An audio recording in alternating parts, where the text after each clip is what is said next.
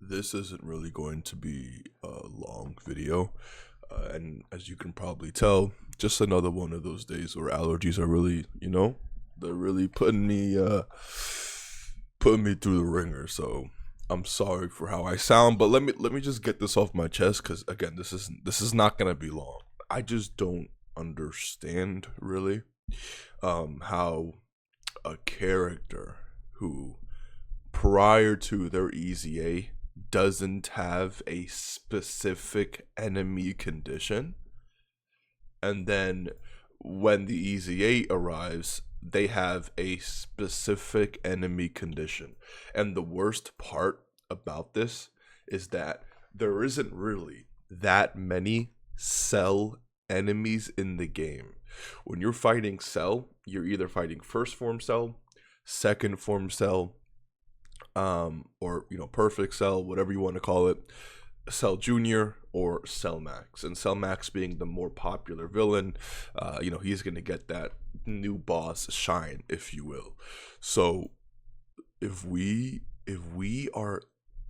you can't activate his ability to guard, hold on, let me see. Yeah, if you can't activate his ability to guard to get an extra 50% to attack and defense and an additional super attack, like if almost a third of his passive, and granted, we're not gonna, I mean, this is not, it's really this part of this passive here, right?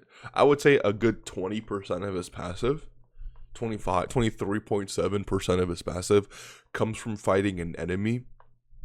You're not even going to include, like, why does this exist?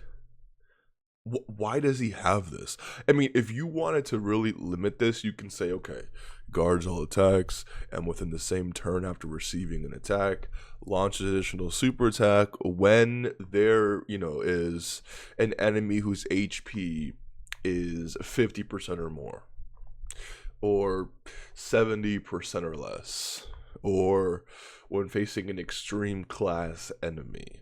When you do that, it makes more sense. But to limit it to a very specific it's like a new Namek. Imagine this, right? Imagine a new Namek Goku character arrives. Let me go to the end characters here. Imagine this guy is a completely new LR, and you see how we have Frieza here. Now this works against every form of Frieza. Golden Frieza, so if Black Frieza ever comes to the game, whatever his transformation is called, when he comes to the game, he's gonna, like, this will work against him.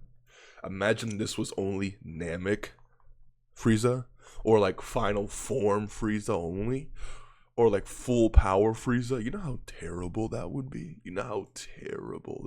That is insanely bad. And the worst part about it is that this character got an EZA and gained this. Like, he gained this like, they thought, oh, this is actually an amazing idea. Let's do that. It doesn't. I don't get it. I don't get it. And granted, this EZA is not bad at all. Like, this EZA is actually a very strong EZA. But things like this, it's just like, I am trying to understand, right, like the logic behind it. I think when a character EZAs, they can't have these types of conditions. I mean, if you're going to release a character with a condition like this, sure, but when they receive an EZA, especially after us waiting almost 3 years for the EZA, to have a condition like this, it just doesn't. It for what? Why are we going to hop into a specific cell fight just to see him guard when his guaranteed crits and everything he's doing is just gonna one shot Cell anyways? You're not gaining value from this. You're just not. I don't know, man. And when I say value, I'm saying like generally, because when you fight in Dokkan, you have to go out of your way to fight Cell. If this was extreme class, then it's a lot more natural to fight an extreme class enemy, right? But to a Cell, specifically not Cell Max or Cell Juniors, like, and granted, Cell Junior doesn't really have an event, but why if Cell Junior doesn't have a main boss, why even limit it? Why?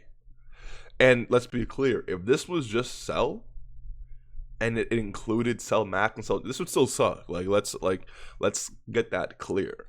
It's just funny how they took a villain with like 5 forms in total. And by 5 forms, I mean 5, 6 different iterations. So you have, again, first form Cell, second form Cell, you have perfect Cell, and then you have, super perfect Cell, whatever you want to call the different forms of Cell, and then you have Cell Junior and then Cell Max. Those are 5, 6 different versions of Cell. So they took a villain with a very limited versions of that character, and then they said, well, you can't use it against 2 of them.